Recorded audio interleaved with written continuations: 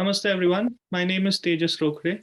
I welcome you to the fourth session of our 6-week workshop on Pakistan occupied territories of India, organized by Jammu Kashmir Study Center. For those who have joined us today, Jammu Kashmir Study Center is a think tank dedicated to the academic study and dissemination of facts on Jammu and Kashmir. The workshop is being conducted by Alok Bansal ji, who is the director of India Foundation. He is a geopolitical expert with special focus on the occupied territories of India and author of several books, namely Gilgit-Baltistan and its saga of unending human rights violations and occupied territories of Bharat. We will be sharing the links of these books in the chat box. In week 1, Alok ji introduced us to the regions of Jammu and Kashmir occupied by Pakistan. He gave deep insights into the population, demography, political and administrative frameworks, along with the recent developments. In week 2, we looked at Mirpur and Muzaffarabad region and independence claimed by Pakistan for this region. In week 3, that is the last week, Alok ji introduced us to Gilgit-Baltistan and its geography, resources, and demography. Alok ji showed us some beautiful visuals of the landscape of the region, including the Shiosar Lake, Hunza Valley, and Alam Bridge. We also learned about the limited infrastructure development, the sectarian conflict and violence in the region, and elections conducted by Pakistan. We are extremely grateful to Alok ji for conducting this workshop and sharing his valuable insights. We look forward to today's session on Gilgit-Baltistan, the historical and the cultural connect. Good evening. It's a pleasure to now move to the next workshop that we are going to be doing. And this is going to be on Gilgit-Baltistan, the historical connect. I hope you are able to see this presentation. Now, what you are seeing on the screen is actually the Gilgit manuscripts. These are the oldest manuscripts found in South Asia. And these are on birch leaves or bhojpatra, as we call them in Hindi and Sanskrit. So these were all found in Hunza, a very, very important part of Gilgit-Baltistan, as was brought to you yesterday. Now, why is this historical and cultural connect important? And I think this we need to understand, because for last 7 decades plus, Pakistan has now started making an effort to advocate a line of thought that Gilgit-Baltistan was never a part of Jammu and Kashmir, leave aside India. And this is a fallacious propaganda which Pakistan has been trying to spread. In fact, it started in 2007 when Pakistan's embassy in Brussels actually started propagating it. And then some of the European countries did it, where they tried to say that Gilgit-Baltistan was not a part of Jammu and Kashmir, leave aside of India, and it was an artificial constructed entity. They also try and say that since Gilgit Agency was under the British and was handed over to the British on a 60-year lease in 1935, this area should have been treated as a British territory and should have been handed over to Pakistan directly. In a way, Pakistan has been trying to detach Gilgit-Baltistan from rest of Jammu and Kashmir. And that's been their strategy. And that's why, as I brought out to you earlier, that a small sliver of land is what is called as so-called Azad Jammu and Kashmir. They don't call Gilgit-Baltistan, they have not included it. And this has been a carefully crafted strategy by Pakistan to detach this part from Jammu and Kashmir and include it. Now, to counter this, we need to understand what the facts are. And what I'm going to tell you is, I'll tell you some of the facts as far as Gilgit-Baltistan is concerned. And these are unquestionable facts, actually. And when we say these are unquestionable facts, we need to understand that this particular part was part of the Mauryan Empire. Mauryan Empire, which used to rule from Patliputra in Bihar. It was an integral part of Ashoka's kingdom. Ashoka introduced Buddhism in this part. And there is a rock carving of Bhagwan Buddha outside Gilgit, which is known as Karga Buddha. I'll show you the picture subsequently. But that's actually an identity of the Gilgit city. So when people talk of Gilgit city, the most important architecture of Gilgit city is the Karga Buddha, which is outside Gilgit. This belongs to a Mauryan period, and this very clearly highlights that this part was an integral part of Mauryan Empire and was connected with not only rest of Jammu and Kashmir, but with the rest of India as well. Subsequently, when the Kushan Empire came up, of course, this was the heartland. Kanishka, Hovishka, they all ruled over this part. In fact, the coins of Kanishka and Hovishka's period are found here. Kanishka had a Buddhist conference in Srinagar, as you know. Mahayana Buddhism originated in this particular part of the world. And then, of course, subsequently, when the greatest Kashmiri king, which we talk of Emperor Lalitaditya, whose empire actually extended all the way from Central Asia to Malwa and beyond, his empire also included Gilgit-Baltistan as an integral part. And his successors, his Karkota dynasty, his Karkota empire, which was in 8th century, all his successors also had this part as an integral part. Even subsequently, when Kashmiri rulers were Muslims, Sultan Shihabuddin's empire included Gilgit-Baltistan as an integral part of Jammu and Kashmir. Why I'm trying to tell you this again and again, as I'm repeating, is that there has been a vicious propaganda by Pakistan that Gilgit-Baltistan was not a part of Jammu and Kashmir. And they're trying to say that this is a different entity. Now, I'm giving you a historical facts that this has always been a part of Jammu and Kashmir. Of course, whenever the central authority was weak, the peripheries broke away. This happened in all over India, also in pre-colonial era. But the point is that most of its time, whenever there was a central authority which was strong, this was an integral part of Jammu and Kashmir and of India. Now, during the Mughal Empire, Shah Jahan's armies captured Baltistan, and subsequently his Mughal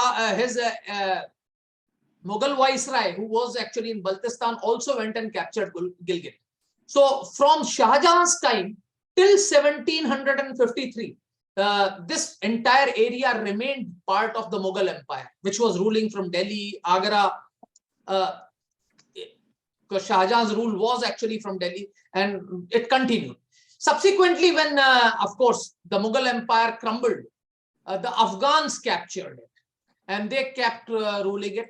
And Afghan rule was extremely tyrannical. And in fact, it is at that point of time that people of this region, the Kashmir, actually approached Maharaja Ranjit Singh that they needed a salvation. And that's when Maharaja Ranjit Singh himself led an army and captured Srinagar. And the moment he captured Srinagar, he also managed to capture Skardu, Astor, and Kohistan. Meanwhile, Maharaja Gulab Singh, who was a vassal of Maharaja Ranjit Singh, his General Zorawar Singh, had already captured Baltistan and had gone even into Tibet and other places. The Sikhs appointed a governor in Srinagar after capturing Srinagar, and the governor's general, Colonel Nathe Shah, captured Gilgit and surrounding areas for the Lahore court by 1842. So by 1842, all the territories of Gilgit-Baltistan were with Kashmir, along with Jammu and other areas, were part of an overarching empire which was ruling this part of the world from Lahore under Maharaja Ranjit Singh. After, of course, Maharaja Ranjit Singh, Maharaja Gulab Singh became the undisputed ruler of Jammu and Kashmir, and he consequently also became the ruler of Gilgit-Baltistan. It is at this stage when you saw that there was actually the Russia started expanding eastward. And when the Russia started expanding eastward, there was actually a fear in Britishers that Russia might start heading towards this side and there may be a conflict. So Britishers established a Gilgit agency in 1877 because they faced a threat from the Russians. But in few years' time, they realized that the threat had actually retreated. So the Gilgit agency, which was established in 1877, was withdrawn in 1881. Then again, in 1889, as the threat increased, a Gilgit agency was again established in 1889. But what is more important is that after 1917 Bolshevik Revolution, when the Soviet Union started expanding eastward and started capturing most of the territory in Central Asia, the Britishers forced Maharaja of Jammu and Kashmir to lease a small area of part of this Gilgit-Baltistan known as Gilgit Agency. It was actually a part of Gilgit Wazarat, one of its governorates of the Maharaja to Britishers for 60 years on 26th March 1935. Now, it is on this basis that many Pakistan analysts say that this should have been treated as a British territory. But this we can easily counter. We need to understand that this sliver of land, which was actually leased to the British, was only a very, very small territory, very, very minuscule part of Gilgit-Baltistan. The entire Baltistan was directly under Maharaja. And even in Gilgit Agency, most of the territory, which was south of Indus River, was under the direct control of Maharaja. Even this territory, which was leased out to the British, it was only leased. And Maharaja's flag continued to fly. And all land leases, including mining leases, were accorded by Maharaja. Though day-to-day administration of the region was being run by Britishers. Now, this is the state which it was as of 1947. What happened in 1947, I will come to in my next presentation, which I'll be covering next Saturday, where I'll be talking about the events of, as I said, the developments of 1947-48, what happened actually in 47-48. But this was the state. Now, this historical narrative that I have given is primarily meant to indicate that historically this part was undoubtedly a part of Jammu and Kashmir and was inextricably linked with India whenever there was a very, very strong or powerful empire in India, be it Mauryan Empire or be it Mughal Empire. It was an integral part. In fact, there were princes from Baltistan, etc., who were sent to the Mughal court and were living in Agra and things like that. Similarly, people from Agra, etc., especially some artisans, etc., came to Baltistan and Gilgit. And this has all been recorded by the historians who visited this area during that time. Like Maulvi Hashmatullah has written a book on Baltistan. He's enumerated all these things. Well, now this is as far as the historical narrative is concerned. Now coming to culture, which is even more important, because as I said, Gilgit-Baltistan, unlike Mirpur Muzaffarabad, has by and large retained its pre-Islamic culture in a very, very big way. And there is a huge amount of anger amongst the population here against Pakistan's control, because they feel the radicalization that is actually being propagated from Islamabad or Rawalpindi or Karachi is trying to extinguish their distinctive cultural and linguistic identity. We need to understand firstly that because of this mountainous region of this particular nature of this region, there are valleys which have very, very small linguistic groups. And like it happens in mountainous areas, one valley is virtually aloof from another. And consequently, distinctive cultures have originated in these valleys, in different valleys of these places. And they speak different languages. These languages, as I said earlier also, are not spoken in Pakistan anywhere. Some of these are spoken by very, very small linguistic groups, and they feel that Pakistan is doing nothing to actually support these linguistic groups to thrive. They are actually getting extinguished. Fundamentalism is also eroding pre-Islamic customs, because a lot of customs are being called off by mullahs as shirk, and they are being... As a result, in Baltistan, today there is an attempt to revive Tibetan culture and script, as I told you, because those people feel that their language, their culture can be better exemplified, better articulated in Tibetan script rather than in Persian script. And consequently, people in Baltistan are desirous of closer interaction with Leh and Kargil, which are culturally similar to them. They feel that their common cultural identity needs to be revived.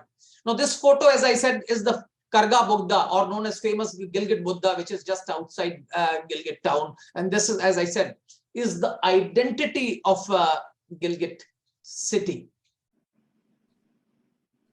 This is, of course, the traditional dress from Gilgit-Baltistan, as I was trying to say. We talked of languages. Now, what are the languages? And as I said, Gilgit-Baltistan were historically two separate regions. One is, of course, Gilgit region, which was known as Dardistan, because most of the people here speak Dardic languages, which is actually a group of languages which is of Indo-Aryan and Iranian origin. And the languages within this group, Dardic languages, are Shina, Domaki, Kohistani, Khowar, and Wakhi. Now, these languages are hardly spoken anywhere else in Pakistan. So, as I said, people feel that their languages are being extinguished. Besides this, of course, as I said, there is a language isolate called Brushoshki, which is actually a language, the only language of its own group. It doesn't have any brother, sister, cousins. In fact, it's spoken in certain valleys in Yasin, Hunza, etc. And the people who speak Brushoshki are called Bursho people. And then, of course, as far as Baltistan is concerned, people speak Balti, which is a language of Tibet-Mongol. People are of Tibet-Mongoloid stock, and they speak Balti, which is the same language as is spoken in Kargil and similar to what is spoken in Ladakh. It's virtually the same language. This is, of course, the Brushu people. As I said, those who speak Brushushki, this is photos from Hunza, where these women are actually, you can see them. Now, these are Tibetan scripts on rocks on Hunza district. Hunza is the place where Gilgit manuscripts were found. There are so many, you will find rock carvings, rock scripts, which talk of their rich pre-Islamic culture. This is, of course, people in Hunza enjoying bonchos rituals. These are actually the previous pre-Islamic bon rituals, which their people are doing it. In fact, you can see Lag. This is, of course, a thing. There is another thing. This is another Bon festival, which is still celebrated. And this is a picture of 2014. I just wanted to say Mayfang. This is throw fire, which is celebrated. They burn a holy sort of a thing, and then people try and throw fires and things like that. This is celebrated. It's very un-Islamic, you can say pre-Islamic, which is there. And the festival is celebrated in different parts of Baltistan. It's actually very, very popular festival in Baltistan. Now you can see the animals here have swastika. This is young drum, a sign of prosperity and blessings, embroidered on the collars of both those. Get the attention. Draft any animal, anything auspicious they have to do, they invariably have this swastika signs, which you will find everywhere. Now, this is one of the clearest. This is actually one of the holiest mosques in Gilgit-Baltistan. This is actually Paikang of Kapulu. And you can see on the outer wall, there are intricately carved swastiks. There are endless knots and circles of life. It's called a Leagalo. You can see there is a wheel, then there is a swastik, circle of life, and all those things. You will not find a mosque like this anywhere else in the world. This is again Shigar Palace. You can see swastik carved into this particular area.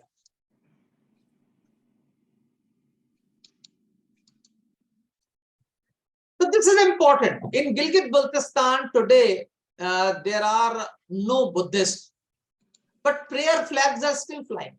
So people still remember their old Buddhist traditions or Bon rituals. You can see prayer flags have been flung, where people are actually going, mountaineers are crossing through this and they sing. And this is in a place where there are no practicing Buddhists today, but people still take pride in their pre-Islamic culture, the previous religions, previous faiths, etc. This is, of course, you can see, this is actually a rock, which is where you can see etching of Chamba. You can see it's a rock in Ponial, which is in Gilgit region. And this is, of course, the flag of Baltistan Student Federation. You can see swastik is the main important symbol, which is actually etched onto their flag. So this is the Baltistan Student Federation, which again has a swastik as its flag. Now this is a Khanka in Gilgit-Baltistan. Khanka, as you know, is actually revered by Nur Bakshi's, and Shias generally have it, but in that particular part, even Sunnis worship it. You will not find this sort of khankas or something in any other part. It's a distinctively, this is the inside, you can see.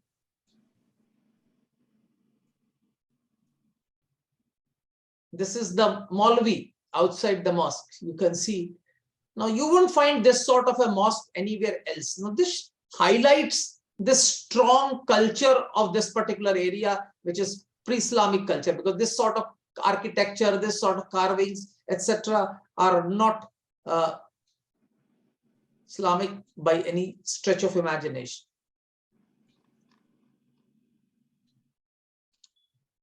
This is again the Grand Mosque of Khaplu. You can again see the ceiling. You have swastika.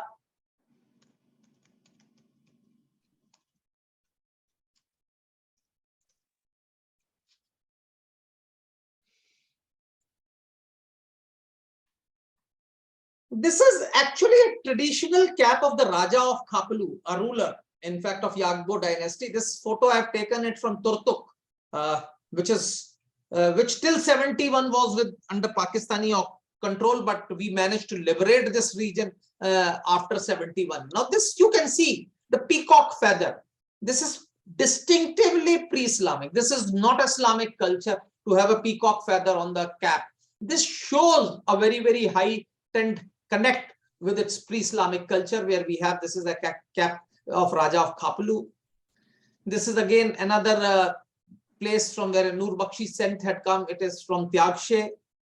And consequently, because of this cultural identity, the people of Baltistan specifically have been requesting that the Skardu-Kargil road should be opened up. There is a huge protest movement going on.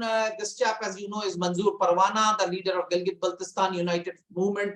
He has been saying that they need this road connect so that their culture, their language, their script, etc. can be revived. And he's being, Pakistani government is actually punishing him. A sedition case has been filed against him. He has been regularly protesting it. In fact, from 2010 onwards, he has been demonstrating for opening up of this road, and this road has not been opened. And as you know, this road, Kargil-Skardu road, was one of the 3 roads that were accepted when India and Pakistan last had a meeting. But consequent to that meeting, we opened up Srinagar-Muzaffarabad road, we opened Punch-Ravla-Kot road, but we have not yet opened this Kargil-Skardu road, though the people of this region have been demanding that this road needs to be opened. And one of the reasons why this road has not been opened is because Pakistan does not want the cultural consolidation of the population of this particular place. And also it doesn't want that people of this place should see the freedom and the rights that are enjoyed by people, the Baltis, across the line of control. So they feel that if people see how comfortable, how prosperous the people across line of control are, they realize that more and more disturbances will increase in Gilgit-Baltistan. So this, to my mind, was a very, very brief presentation on what is the historical and cultural connect as far as Gilgit-Baltistan is concerned.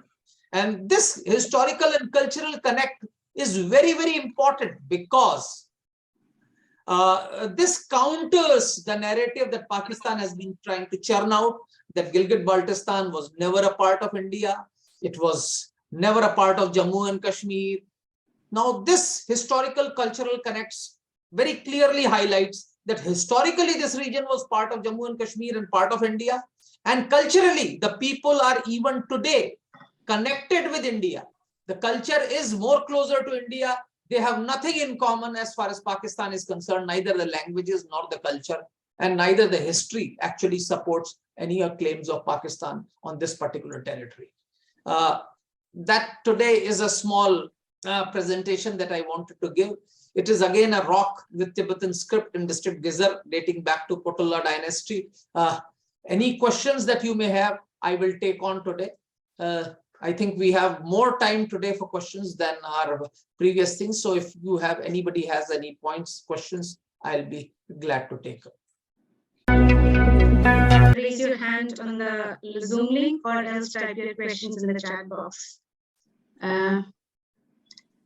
So Alok, we have this question from Abhinandan. How do people of Gilgit and Baltistan view India? Do they want to be officially called Pakistanis or Indians? See, as far as the common masses of Gilgit-Baltistan are concerned, they are discontented with Pakistan and its attempt to extinguish their cultural and linguistic identity. Regrettably, in the past, the government of India has not really reached out to the people of Gilgit-Baltistan. And in fact, after 71 war and Shimla Accord, etc., we had virtually not taken any initiative to reach out to them or approach them. And consequently, they did not have any understanding of India. It's only of late that we have started reaching out, and I think we have started doing a phenomenal amount of work to reach out to the people of Gilgit-Baltistan. We are doing quite a lot of work, especially Jammu Kashmir Study Center has taken a lot of initiative. We have come out with a Sheena dictionary. We are trying to understand the lecture. We are trying to promote their languages. We are interacting with Sheena speaking people who are our side of the line of control. And I think there are attempts to set up a Sheena cultural center, etc. So consequently, you have a section of the population in Gilgit-Baltistan, especially amongst those who are educated, who see that their fortunes will be much better off with India than with the Pakistan. But as of now, majority of the population is unhappy with Pakistan, and they at the moment are seeking autonomy or independence from Pakistani rule. Alokji, I will just a second. I would like to add one more thing. I think a year back we have seen the Sri Lanka issue, financial crisis, and the same is going on in Pakistan also. While Pakistan is not working with the Pakistanis nowadays. Speaking, I am not able to see actually. Abhinandan. Yeah, I'm here, sir. Okay. Correct. Your video is No, not. I'm just comparing the financial crisis about Sri Lanka and Pakistan now. The same thing is going or happening in Pakistan, and I think within a month we will see a blast over there. In such situation, what would be the thought process of Gilgit-Baltistan people? See, as far as did they have an option to go with Pakistan at that moment of time? I say they would definitely not like, but please understand, Gilgit-Baltistan is not even autonomous or anything. There is Pakistan army which is controlling it. There is a Pakistan army sitting there. And as far as Pakistan's military financial mess is concerned, they have a foreign exchange reserves of $3.7 billion as of now. But if the Western world doesn't support them, because the fact is that day after IMF team is landing up in Pakistan, and let's see how it opens. If IMF doesn't support them, then Pakistan will go bust. Otherwise, no. So this is quite dependent on the Western world to a very great extent. And I think we need to take efforts to ensure that Pakistan's economy does not get revived. And I think two strong pillars is a loan from IMF and GSP plus status given by European Union. I think these are the two important pillars. But if Pakistan's economy does go bust, I think that will provide us a very, very important window of opportunity when we can actually go. But as of now, it is still a question mark. And I think it's only if US and the other countries actually take this decision that they would. Because please understand, at this point of time, you had the UAE president in Pakistan. And he has not landed up in Islamabad, Rawalpindi, Karachi, or Lahore, or Peshawar, or Quetta. He has landed up near Bahawalpur, near Rahim Yar Khan in Cholistan desert, probably to go for bustard shooting, which is actually endangered bird species. Probably Pakistan is trying to provide certain incentives to those countries which may probably bail them out of trouble, because they are in dire need of finances. So Pakistan's financial crisis as of now looks imminent, but when, it's very difficult to say, because there are serious macroeconomic problems with Pakistan's economy, but depends whether the whether the US and Pakistan's allies are willing to let Pakistan go bust.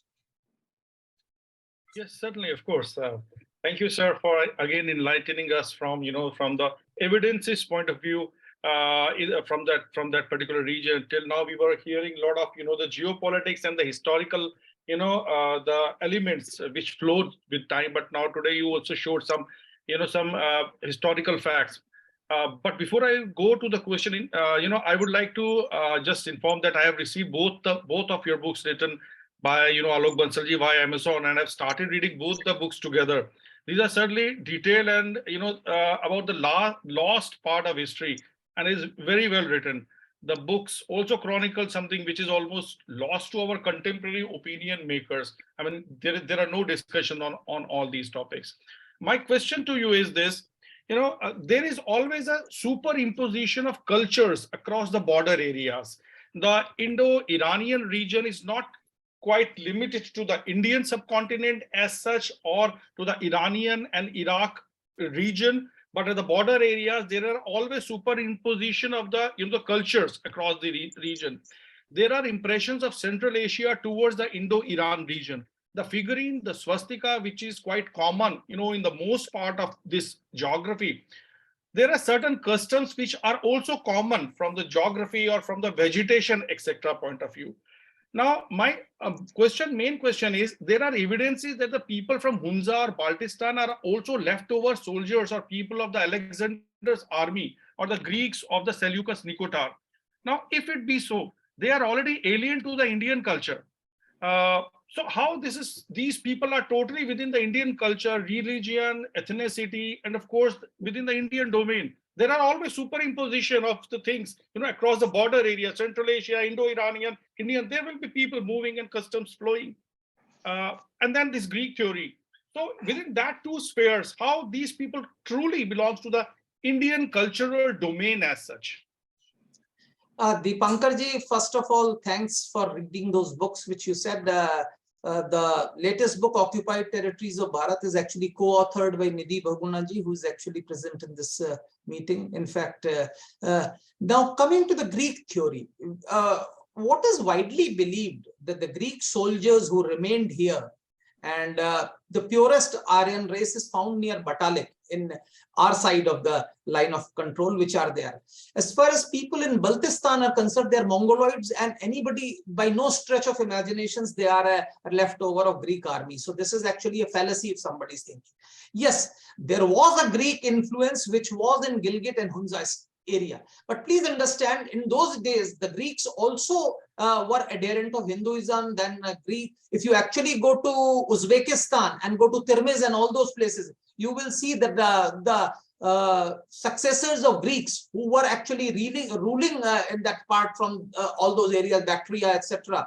They were actually Greeks, but they were adherents of Hinduism and Buddhism. In fact, if you see the coins, etc. So it is that culture which has remained. In fact, even if they were ethnically Greeks, they had imbibed Indian culture. It is something which we need to understand, that Central Asia, in fact, large part of Central Asia were culturally Indian, may not have been ethnically Indian. Now, that is a question that we need to understand. So, as I said, within Gilgit-Baltistan, people in Hunza and Nagir, etc., they would have had some Greek influence, because the rulers who were ruling from Bactria, etc., had their impact in this part. As I said, if you go to Uzbekistan, you will find those excavations have been done where those Greek, the Buddhist temples and the Buddhist viharas, etc., have been extricated, where these Greek rulers were actually ruling this. So that part, that cultural impact is there. And in fact, that's where the Mauryan Empire was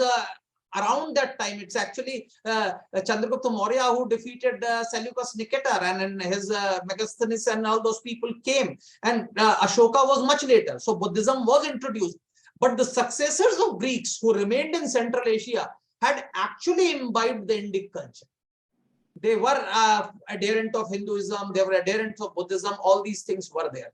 So what I meant was that this pre-Islamic culture which prevails had its origin in India, and that's what was there. That's what I'm trying to say. And of course, historical connect is there. The Mauryan Empire, the capital was in Patliputra, in today's Patna. Yeah. And from there, they were ruling over Gilgit. And that is unambiguous, because the Khanka Buddha, which is outside Gilgit, was carved during Mauryan Empire. I have posted my question in your chat box. Actually, okay. By mistake, I have raised the hand. My question is, apart from swastik, there can be other sources of Vedic culture roots of Gilgit-Baltistan region. For example, you have said of languages. So languages also can be a source of roots of Vedic languages. Any research has been happened upon it? See, as of now, as I said, the languages belong to linguistic groups. Now, linguistic groups, if you actually look at it, and I'm not a linguistic expert, but they say Indo-Aryan languages. where you have, these are all Indo-Aryan languages which are spoken, with the sole exception of Brushushki, which is actually a language isolate. And as I said, Balti is actually a language which is of the Tibetan group of languages. So to say Vedic languages, Sanskrit is, of course, the mother of Indo-Aryan languages, most of them.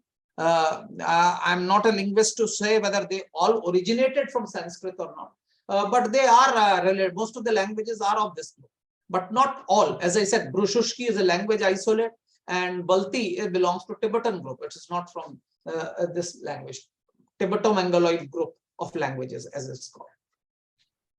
Thank you, Alokji. There is a related question on the chat box when somebody, Krishna Varanasi ji is asking, can we connect Tibetans living in India and those in Gilgit-Baltistan looking to return back to their cultural roots in Tibet? See, as I said, the people in Baltistan would want to connect themselves to people in Ladakh and Kargil, because they are closer to them than Tibetans. Tibetans also have a cultural affinity. I think the Dalai Lama and Tibet Foundation was taking a lot of initiative to revive Tibetan script in Skardu. They had done something, some initiative was taken by His Holiness and Tibet Foundation to revive Tibetan script in Skardu. Today, fortunately, half the shops, signboards in Skardu have at least Tibetan script. The Persian script, which had eclipsed Tibetan script, is giving way to Tibetan script. You can see the reemergence of Tibetan script. People are trying to learn Tibetan script in Baltistan. This is not the case in Gilgit region. This is only in Baltistan. Please understand, though we call it a same territory, Gilgit-Baltistan politically is the same territory at the moment, but culturally they are two different distinct identities. Namaste, Alokji. Dhanyavad for your presentation again. And I have to congratulate you. You have a wonderful voice for presentation. It makes a deep impression. My question is, when we talk of Akhand Bharat as a concept, generally there are two thoughts. One says that Akhand Bharat should be political, the idea of the original political land integration and ruled centrally or even decentralized way. The second idea is, oh no, it doesn't need to be politically under single control, but culturally, as long as the similar kind of things exist, it's part of Akhand Bharat. So my question is, without political control, how can these remnants be generated? Because what we are left with is just some signs here and there. People have turned Islamic, but then bringing them back to their original roots, how is that process? Is it possible to regenerate that? And is there anything happening on the ground?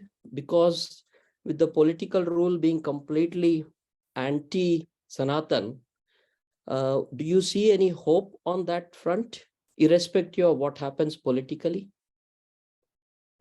Again, my personal view, and this is because this is a very speculative and hypothetical question. Let me put it, and I had said this, I think, in my first question. I look at Akhand Bharat as a distinct feasibility, a political feasibility. Of course, it may not be called Akhand Bharat, it may be called South Asian Union. But before political union takes place, it's important that we re-emphasize the cultural unity. And we also emphasize on head for economic unity, because now the route to political unity goes through cultural and then economic unity, and then probably a political unity. So probably the roadmap will have to be South Asian Economic Union leading to South Asian Union. And that's how it is. And once you have some sort of a political union, then you will, and where you give people freedom of choice. You have to give people freedom of choice. People will choose whatever they like. And that I have no doubts that most people would want to return to their roots sooner or later. But that is how it will have to be done. Any other way you attempt trying to do will not work out. That's my personal belief. Thank you, Pradeep. There are two more related questions to that. Vijay Rana ji is asking, what do you think? What is your confidence level that the people of Gilgit-Baltistan, based on the cultural resemblances, they would like to be, free Gilgit-Baltistan from there? And what about the world community? Will they support this particular alliance? See, as far as people are concerned, people are unhappy with Pakistan, but for them to break away or try to get away, you have to do something. We have unfortunately not done enough to reach out to them. I think that's what I'm saying. We have started doing it. JKSC is doing enough, but JKSC alone cannot do it. I think the whole citizenship of India has to do something. As I said last time also, the first thing is know about them, then reach out to them, and then of course they might be able to do something. Third thing you need to understand that this is a sparsely populated area where the population is very, very small. So they really don't have the critical mass to break away on their own. They will only break away when the circumstances so dictate that Pakistan itself is in crisis. They can break away on their own. Otherwise, they will need an external support to break away from there. I don't think so they can do it on their own because the numbers are too small. That's what you need to understand. Yeah, Alokji, namaskar. I'm Sunil Rana Rajanak and I'm from Delhi currently, previously being from Srinagar itself. So first of all, I would like to thank you for such a wonderful presentation. And I must confess that I have joined today only because of the invitation which I received today. And I find your 30 minutes of talk so illuminating. I wish I could get the recordings of your previous talks as well. Now, coming to the main question, which is bothering, see, in whole of the Jammu and Kashmir, Kashmir is the only part which is taking the center stage of all the media and attention of the nation. And apart from Kashmir, also it is the Kashmiri Muslims which are dominating the narrative. Now, Gilgit-Baltistan, as you rightly said, these are the two different entities with different cultures. Jammu, Ladakh, they are the areas which have not been properly focused in last 75 years. Now, you have done your study so well. What I feel that is government planning anything to make people aware about these lost territories of India? Means your kind of a work needs to be going through all over the India, because the Indians don't know the whole of Jammu and Kashmir in its entity.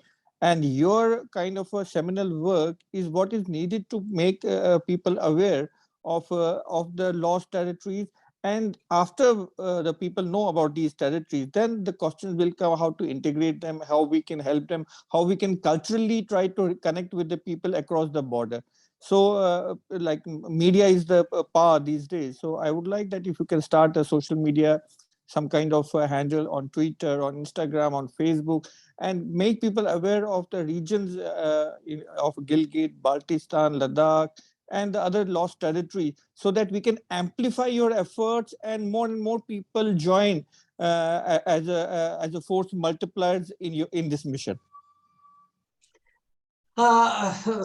Since you heard me today only, I think in the first day itself I have said that a nation does not lose its territory just because it's been occupied by somebody else. A nation only loses its territory when people forget about it. And as long as we remain, it remains in our mental space, we will get it back. You remember the Jews who were out of Israel for thousands of years, but they would every year say, next year in Jerusalem. Now, this is what is important. And that's why I said, we want, the whole purpose of this workshop is to acquaint people about what's happening in the occupied territories, to know about the occupied territories. Because the first step is knowing, then only you can reach out and do something. And that's why we have written these books. We have tried to bring out, JKSC has come out with this wonderful book. In fact, it's Occupied Territories of Bharat is very reasonably priced book available online. We have tried to speak to the Jammu and Kashmir government and Ladakh government if they could distribute it to the schools or educational institutions. But I think the governments are generally slow. The bureaucratic stranglehold over any government is all pervasive. And it takes time for them to move. Those wheels move slowly. I hope in days to come, they will probably start moving sometimes. But at our level, at individuals level, at JKSC level, at NGO level, we are doing enough. I think JKSC has put in enormous efforts to acquaint. Today, you can say there is a significant chunk of people in India who know about this. In fact, I can tell you that about 15 years back when I had started working, or in fact 20 years back when I had started working on these areas, the knowledge was virtually zero. You could count people on fingertips who knew anything about these areas. But at least now there is some amount of knowledge is there. But I think that needs to be augmented. And that's where we are, I think, trying to carry out research and come out with publications so that people could enlighten themselves. Because the first step is that the population has to know. Only when it gets into our mental space, this territory will be ours. Before that, it cannot be. So the first step is to know about the area, know about the people, know about their languages, know about their customs, know about everything else. That's what is our endeavor. Hello, sir. Firstly, I'm from Mumbai, DG Ruparel College. And being a youngster, I feel whatever I've studied so far is that, Kashmir, seeked help of India while Pakistan was, kind of troubling them, and then we helped out Kashmir and all of those things. So my question is that we are facing problems due to Kashmir, and still there are a lot of things that India faces because of Kashmir, and there are India-Pak conflicts that go on. So if we support Baltistan, and if there are, like, we are making efforts and we are talking to, so if everything goes well and we kind of like do everything well, and they need our support and we want to help them as well, so will it be okay for India to help them? Like, won't India have any problems later? Because it's, at the end, it's Pakistan and India, so there will be conflicts that will be that can be seen. So, like, won't India have any problems? See, I can only say that entire Jammu and Kashmir, including Gilgit-Baltistan, is an inalienable part of India, both constitutionally, legally, and historically. As of now, it is under adverse possession of Pakistan, and I think it is our bounden duty to make efforts to regain it. I'm not advocating a violence or an attack or something like that. But if the people of the region are unhappy and they want to join their rightful place, which is India, I think we should help them. And as and when we get an opportunity, we would do that. What you're trying to say is, please understand, Jammu and Kashmir is not the cause of problems between India and Pakistan. Jammu and Kashmir is a manifestation of problems between India and Pakistan. Even if there was no issue over Jammu and Kashmir, India and Pakistan would always have a problem. Because India and Pakistan have an existential ideological conflict. A Pakistan, which is a byproduct of two-nation theory, poses an existential ideological threat to a secular India and vice versa. And that's a fact. There is a contradictory ideologies. So I think this narrative which Pakistan tries to preach to the world, that Jammu and Kashmir is the cause of conflict between India and Pakistan, is totally flawed. If there was no Jammu and Kashmir, they would have created some other reason. Please understand that. Thank you so much, sir, for the informative sessions that we have been enjoying for last 3 weeks almost. I have a similar question which was asked by somebody earlier. As we all know that given Pakistan's current economic situation, and added to that the fundamentalism that is growing, especially in the region of this particular Kashmir, where there is a systematic cleansing of the ancient cultures, ancient languages, and the originality of that region. We all know Pakistan's record in Balochistan is very, very bad, where ruthlessly this particular movement is they are putting it to the rest very ruthlessly. And given the this particular area's strategic importance, or you can also call it as a geostrategic position, how do you perceive all these challenges given the China factor into it? apart from that, this particular region is a very crucial region for Pakistan for infiltrations in India.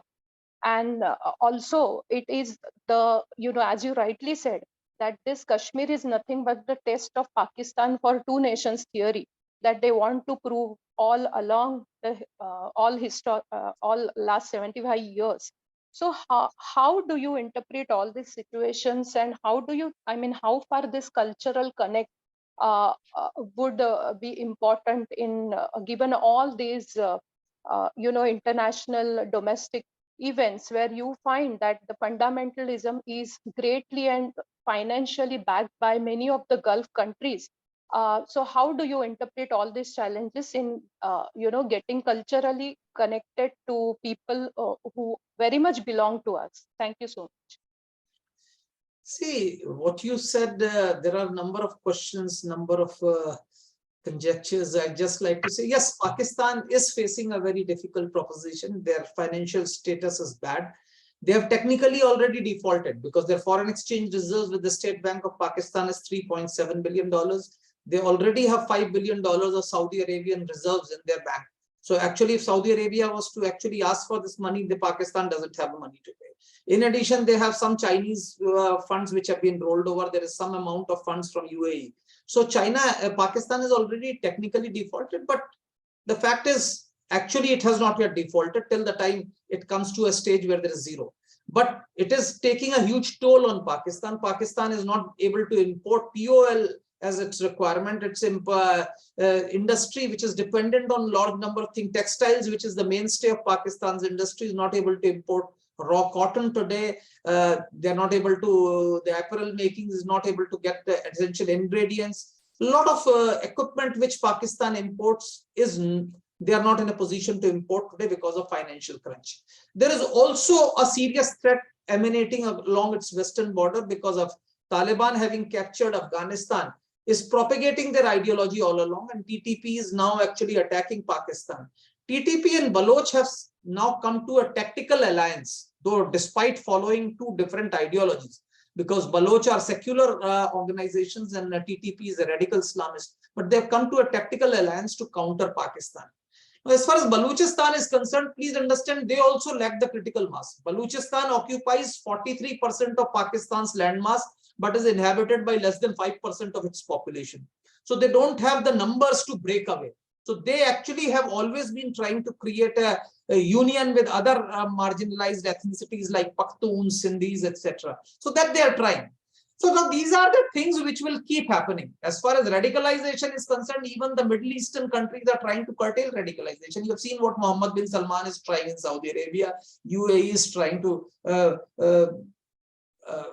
come to a moderation. So that attempt is there. Radicalization is a bigger threat. If we have to cover radicalization, I think 1 hour, 2 hours is not enough. We could have a 5-hour session on radicalization and its impact. But what is important is that the radicalization is trying to erode this culture, which we have to ensure that this doesn't get extinguished, because Pakistan is not keen in keeping this culture alive. So we have to set up these cultural centers which ensure that these cultures, these unique cultural traits, the unique cultural entities of these people remain alive. Thank you, Alokji. Anirudh is next, but before I get him, I'll just ask one of the questions from the chat box. Sadaji is asking, what is the economic condition or what is the source of living for the people of Gilgit-Baltistan currently? See, Gilgit-Baltistan, as I said, is one of the, if you would have seen my previous lecture, you would have seen that Gilgit-Baltistan is one of the prime locations for tourism in Pakistan. In fact, before 98, 80% of the tourists would come to Gilgit-Baltistan. Still, high-end tourism comes in a big way. A lot of foreigners come for mountaineering and other things to Gilgit-Baltistan. There are so many hydropower plants here, but despite all these resources, there are a lot of minerals, which I had shown in last presentation of mine. But despite all these things, the main source of employment continues to be cattle rearing, because as you know, the people follow pastoral economy is followed, where people take herds of cattle, go up to the mountains in summers and come down in winters. And then there are small valleys where they grow agriculture, etc. Besides that, most of the people are in government service. That's the only job. And that's why people are extremely impoverished. If you read the books, you will get all the details, because economics I had covered last time. So I would be probably digressing in case if I actually start talking about those issues. But we had covered it in last presentation on Gilgit-Baltistan. But if you can read any of these books, you will find better details about it. Definitely. Hi, good evening. Thank you for having me here. And Alokji, really enlightening your talk about this is. I don't have a question, but just a comment to add to a previous speaker who was talking about, United States of India versus United States of America. See, there is a huge difference. Don't, kind of copy the Western kind of democracy and Western kind of ideas to India. India is a very, very old civilization. It's one of the very old civilizational states across the globe right now, which is not the case with the United States of America. So you have to understand India from the Indic perspective and the civilizational perspective. So, superimposition of Western ideas and Western thoughts is not something which is the right way to look forward when it comes to India and when it comes to the whole civilization. That's the only thing I wanted to say. Thank you. Thank you, Rajaji, for those very wise words. Dipankar Kaulji, would you like to ask a question?